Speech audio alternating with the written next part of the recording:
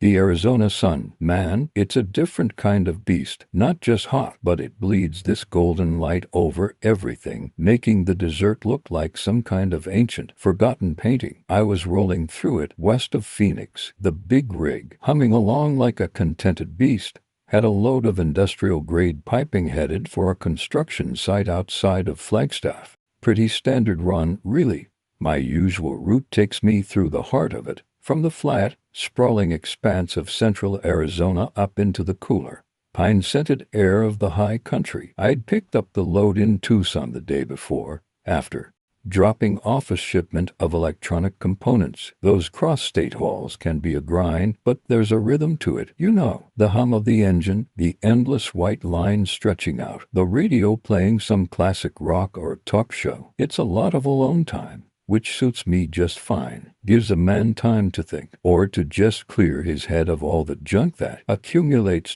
This particular stretch of road, Route 17, is one I've driven 1,000 times. You get to know every dip, every curve, every roadside diner that serves up a half-decent burger. The light was starting to soften, turning the saguaros into long, stretching shadows, and I was looking forward to pulling into a truck stop near Black Canyon City for a decent meal and a stretch. Maybe catch up on some news, or just stare at the ceiling of my cab for a while. Just another day in the life of a long-haul trucker. The air conditioning was blasting, but the heat still seemed to seep through the windows. I remember thinking about how different this landscape was from back east where I grew up. No rolling green hills, no dense forests, just this vast open, red-tinged emptiness that had its own kind of stark beauty, a beauty that could also be incredibly unforgiving.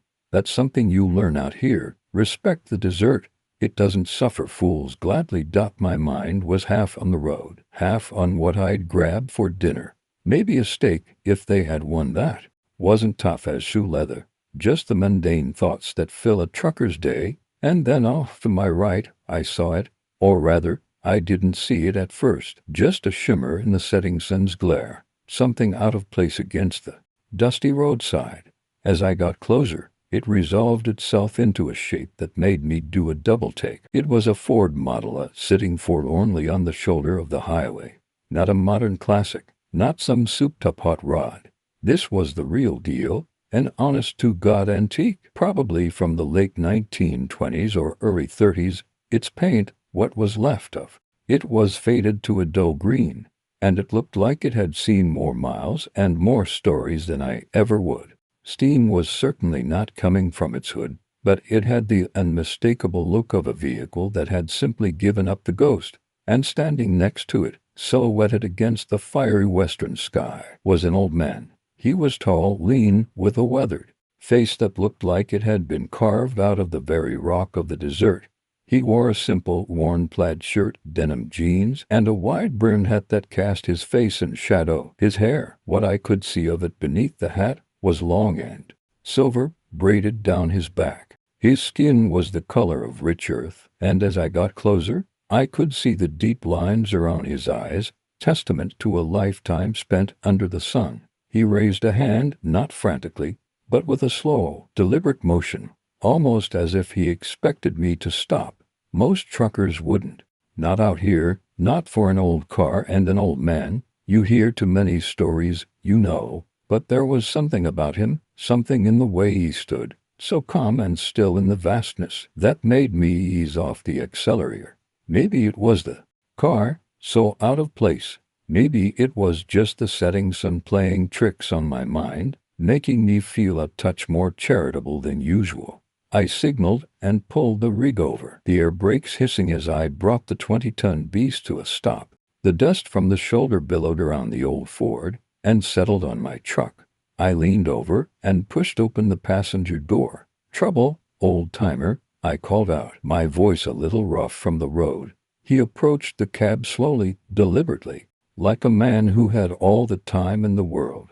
He didn't seem surprised I'd stopped. His eyes, when he finally looked up at me, were a deep, dark brown, ancient, and knowing. They seemed to hold 1,000 unspoken stories.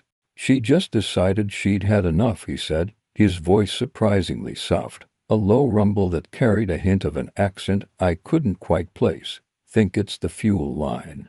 Or maybe the carburetor. Always something with these old girls. He gestured vaguely towards his car. Where are you headed? I asked. I wasn't really looking to pick up a hitchhiker, especially not one who looked like he'd stepped out of a history book. But there was something about his demeanor that disarmed me. He didn't seem desperate, just resigned. Nearest reservation. He replied, simple as that. Hopi Navajo, if you're going that way. My nephew lives there. He can pick me up. I glanced at the map on my dash. It wasn't directly on my route to Flagstaff, but it was close enough. A small detour wouldn't kill me. Besides, something about the situation felt right, like it was meant to happen. Hop in, I said. Got plenty of room. Don't get many rides in a rig like this, do you? A faint smile touched his lips, a creasing of the leathery skin around his eyes. No, son, he said. Can't say I do. And with surprising agility for a man his age, he climbed up into the passenger seat, settling in as if he'd been riding shotgun in big rigs his whole life. He didn't say much at first, just sat there, straight-backed, his eyes scanning the horizon, as if he was reading something I couldn't see in the fading light.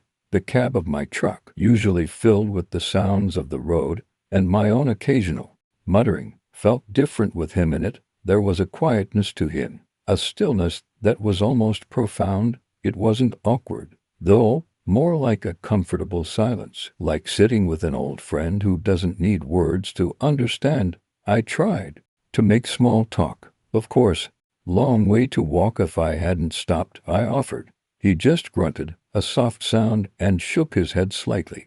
I've walked further. Okay then, so much for breaking the ice. I figured he wasn't much of a talker, or maybe he was just tired. Had been a long day for both of us, in different ways.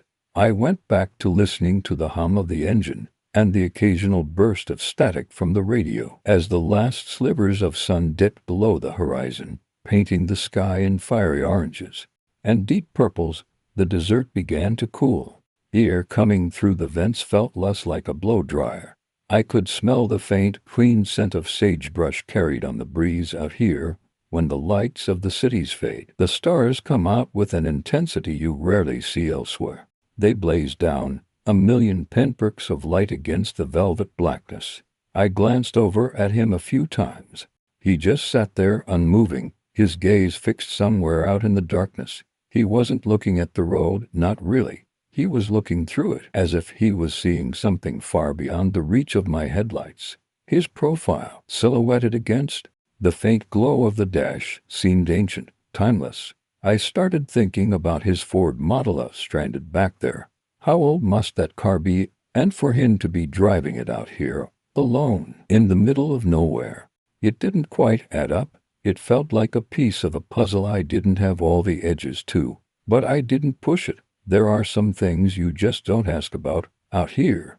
People have their reasons. The miles rolled by, the glow of distant towns, appearing and disappearing like fading embers. I was about an hour or so from where I'd planned to drop him off, and the silence in the cab continued.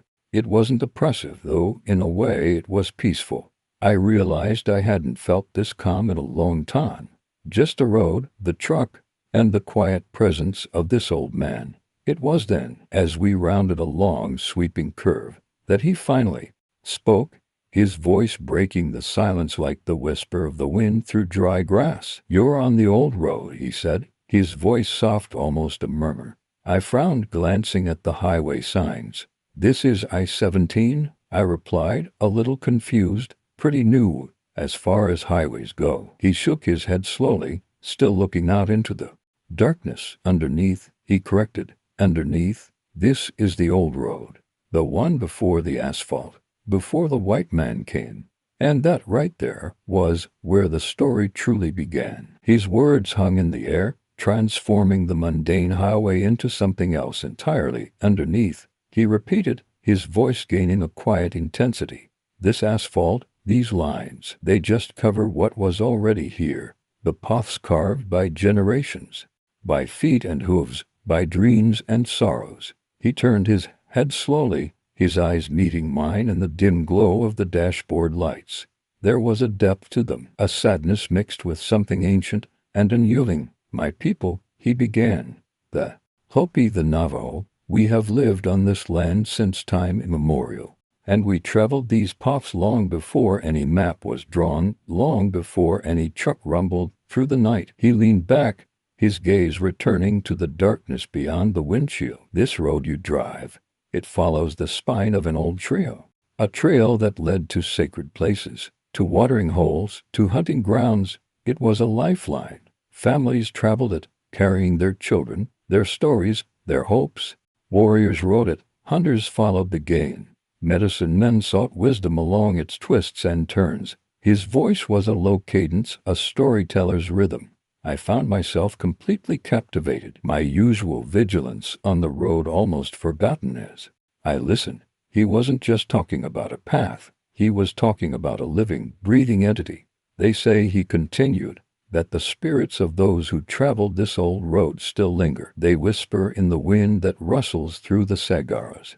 They dance in the dust devils that swirl across the desert floor. Some nights, if you listen closely enough, you can hear their songs, their cries, their laughter carried on the breeze." He paused, and for a moment, the only sound was the steady hum of my engine. I felt a chill that had nothing to do with the air conditioning. This wasn't just folklore. The way he spoke, the sincerity in his voice, it felt real, as if he was not just recounting stories, but relaying personal memories, experiences of something that transcended time. "There were times of plenty on this road," he said, "and times of hardship, times when the sun beat down mercilessly and water was scarce, times when enemies stalked the shadows, but always the people endured, because this road, it wasn't just a physical path, it was a connection to the land, to each other, to the ancestors." He spoke of specific landmarks along the route, places I knew only as highway exits or rest stops, but in his words, they became places of profound spiritual significance. A certain cluster of red rocks became a place of ancient ceremonies, a dried riverbed,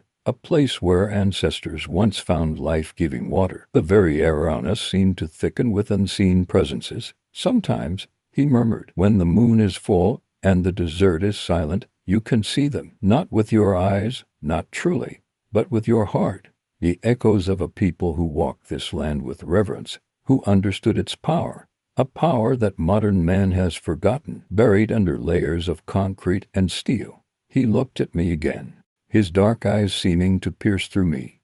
"You drive this road every day," he said, "but do you ever truly see it? Do you ever feel the heartbeat of what lies beneath?" That question hung in the air, a challenge. And for the first time, I looked at the endless ribbon of asphalt not just as a route, but as a veil hiding a world of history and spirits beneath. And I knew, with a certainty that settled deep in my bones, that my understanding of this road, and perhaps of the world, was about to change. As he spoke, the desert around us seemed to come alive in a way it never had before. The usual monotony of the night drive was replaced by a strange, almost ethereal awareness. I found myself straining to hear something in the wind that whistled past the truck, something beyond the usual rush of air. Was it just my imagination, or could I truly hear a faint, distant murmur? "There was a time," the old man continued, his voice softer now, almost a whisper, "when the wind carried not just dust, but messages, warnings, blessings. It carried the voices of those who had gone before, and sometimes it carried a presence." Paused, and the silence that followed was heavy with unspoken meaning. I gripped the steering wheel a little tighter. The hair on the back of my neck prickled. This wasn't just a story about history anymore. This felt like a story about something else. "One night," he said, "my great-grandfather was traveling this path. It was long before cars, of course. He was on foot, returning from a trade with a neighboring tribe. The moon was a sliver, and the desert was dark, truly dark, like a blanket thrown over the world." He shifted in his seat, turning slightly towards me. "He felt it first," he said, "a coldness, despite the warmth of the desert night, a stillness in the air as if even the crickets had stopped their chirping, then a scent, like burning sage, but mixed with something else, something ancient and wild, I was hanging on his. Every word. My mind, usually focused on the road ahead, was picturing the scene he described, the vast, silent desert, the lone figure on a moonless night. He knew what it was, the old man murmured. A spirit, not evil, not necessarily, but a spirit of the desert, a guardian of the old ways. It appeared before him, he said, a shimmering form, like heat rising from the ground, but with eyes that glowed with an inner light. My breath hitched in my throat. I wanted to ask if he truly believed this, if he'd seen such things himself, but the words wouldn't come. I didn't want to break the spell. The spirit did not speak with words. He went on, but it communicated. It showed him visions, warnings, of what was to come, the iron horse that would scar the land, the lines that would divide the people, the forgetting of the old ways. He leaned back again, his gaze once more fixed on the unseen world beyond the windshield. My great-grandfather was a wise man. He understood the message. He knew that the world was changing, and that his people would have to adapt, but he also knew that the Spirit was reminding all of us, that some things are eternal. The land, the connection, the whispers of the ancestors. He was quiet for a long moment, and the only sound was the distant hum of the tires on the asphalt. I felt a strange mixture of awe and unease. Was he trying to tell me something specific? Was there a deeper meaning to this story beyond just a tale of old? Then he spoke again, his voice lower, more intense than before. Not everyone who walks this old road, son, is still living, and sometimes, especially when the veil between worlds is thin, they make their presence known, not with malice, but with a message, a reminder. He turned to me, his dark eyes seeming to penetrate the gloom of the cab. Have you ever felt it? That sensation that you're not alone, even when there's no one else around out here, on this old road? It's not always your imagination. And as he said it, I felt a distinct, undeniable chill sweep through the cab, coldness that wasn't from the air conditioning. It was as if the temperature had dropped by 20 degrees in an instant.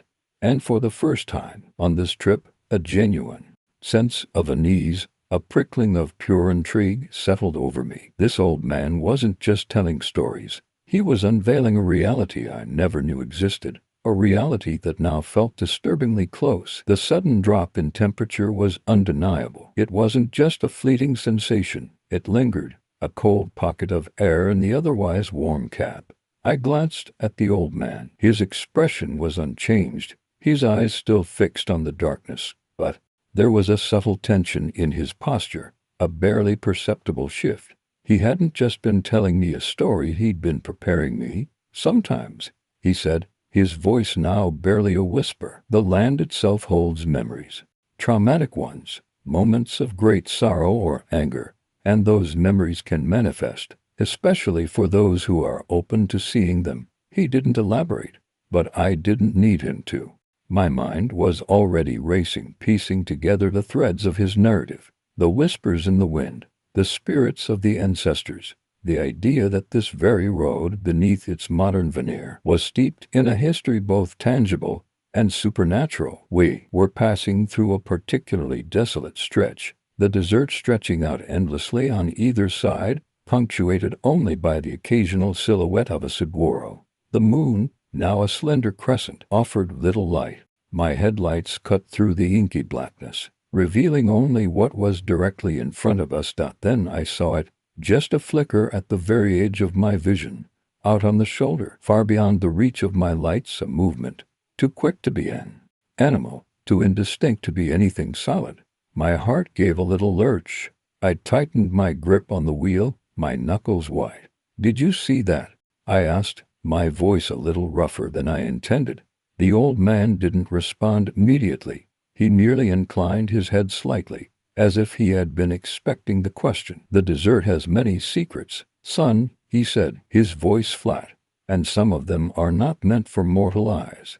I tried to rationalize it away. Fatigue, the play of shadows, my imagination, fueled by his stories, but the coldness in the cab persisted, and the prickling sensation on my skin intensified. I felt an undeniable presence, something unseen but deeply felt, Then the static on the radio intensified, crackling loudly, overwhelming the faint music that had been playing. It sounded almost like a scream, distorted and garbled, before abruptly cutting out altogether. The sudden silence was deafening. The only sound now the rhythmic rumble of my engine. "What was that?" I demanded, my voice sharper this time. A tremor of fear running through me. The old man finally turned his head to look at me, his eyes gleaming in the dim light. There was no fear in them, only a profound, ancient sadness. "A reminder," he said, his voice barely audible above the engine. "A reminder that some wounds never truly heal, and that some cries echo across generations."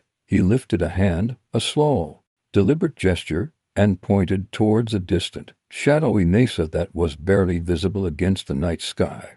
"There," he said, "long ago a great injustice was done near that place. A massacre. My people ambushed, slaughtered, women, children, warriors, all lost to the greed and fear of others." His voice hardened slightly, a subtle shift in tone that conveyed centuries of pain. "Their spirits, they linger. They are not malevolent, not truly. They are simply waiting, waiting for justice, waiting to be remembered. And sometimes, their grief is so profound it touches those who pass by on this old road." I felt a profound chill then, not just from the air, but from the realization that this wasn't just a story. This was history, real, raw, unaddressed history. And I, unknowingly, had been driving straight through it, literally on top of it. The flicker I saw, the coldness, the radio static, it all clicked into place, forming a terrifyingly coherent picture. I was no longer just a trucker on a lonely highway. I was a witness, and the full weight of that realization settled on me, a heavy, cold shadow in the cab. The revelation hung in the air, heavy and palpable. The cold shadow in the cab felt less like a supernatural phenomenon and more like a profound sense of sorrow, a lingering grief. I drove in silence, the rumble of the engine a dull counterpoint to the quiet intensity of the old man's presence. My eyes kept darting to the rearview mirror, half expecting to see some spectral shape following us, but there was only the endless, empty highway stretching behind. The old man was silent too, lost in his own thoughts, perhaps reliving the stories of his ancestors. The weight of his words, the images he had conjured, pressed down on me. I had always thought of the desert as an emptied place, vast and beautiful but ultimately devoid of human narrative beyond the paved roads and the occasional dusty town. Now it felt alive, teeming with unseen presences, each rock, each scrub brush, imbued with forgotten tales. We finally approached the turnoff for the reservation. A small, unlit sign, barely visible in the darkness, indicated the dusty road that led away from the main highway. I slowed the rig, signaling my turn. "This is it," I said, my voice hoarse. He nodded, a slow, deliberate motion. "Thank you, son," he said, his voice returning to its soft, rumbling quality. "You have done a good deed." I pulled the truck off onto the gravel shoulder, the tires crunching loudly. He reached for the door handle, but then he paused, his hand hovering over the latch. He turned to me, his dark eyes penetrating mine in the dim glow of the interior lights. "Remember what I told you," he said. "This road, it carries more than just asphalt and traffic. It carries the echoes of a people, their joys, their sorrows, their resilience. When you drive it, listen, not with your ears, but with your heart. And perhaps you will hear their whispers too." He opened the door. A gust of cool desert air swept into the cab. He swung his legs out, remarkably agile for his age, and stood on the ground. He stood there for a moment, looking back at the highway, then at the vast, star-studded sky, as if communing with something unseen. "Go with peace, son," he said, his voice carried on the wind. And then he walked away. He didn't look back. He just melted into the darkness, a shadowy figure disappearing down the unlit, dusty road towards the reservation. I watched until I could no longer distinguish his form from the surrounding shadows. I sat there for a long moment, the engine idling, the silence in the cab profound. The coldness had dissipated, replaced by the normal warmth. The radio, still, dead, sat there, a stark reminder of what had just transpired. I felt changed. The mundane nature of my job, the endless miles, suddenly seemed infused with a deeper meaning. I put the truck in gear and pulled back onto the highway, heading north towards Flagstaff. But it wasn't the same highway anymore. With every mile, I found myself listening, truly listening, to the wind, to the subtle shifts in the air, to the unspoken narratives of the land. And sometimes, even now, when I drive that stretch of road, especially when the sun is setting or the moon is high, I swear I can hear them, the faint whispers of an ancient path, the lingering echoes of a people who walked this land long before I ever did. And I remember the old man, and his story, and the way he opened my eyes to the secrets hidden beneath the endless ribbon of asphalt. It's a road I've driven 1,000 times, but now I see it for the first time.